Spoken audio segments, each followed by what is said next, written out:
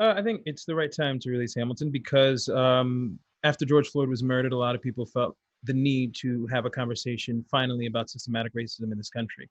And I think in order for that to happen, it requires people to be relentless with their voice, to constantly speak out every chance they get, and to demand to see an America that they believe is just and true.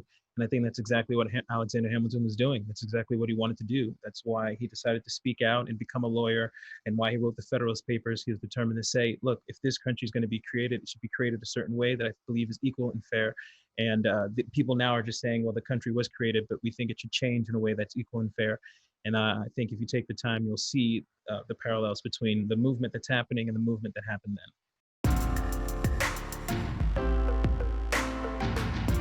The Zitz probe.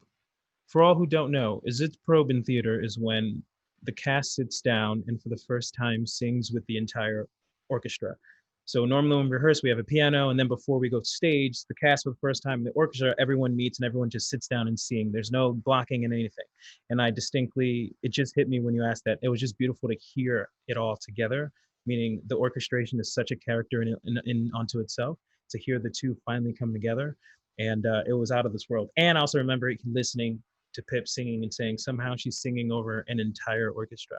I don't know how you were doing it, but you did it, and it was remarkable.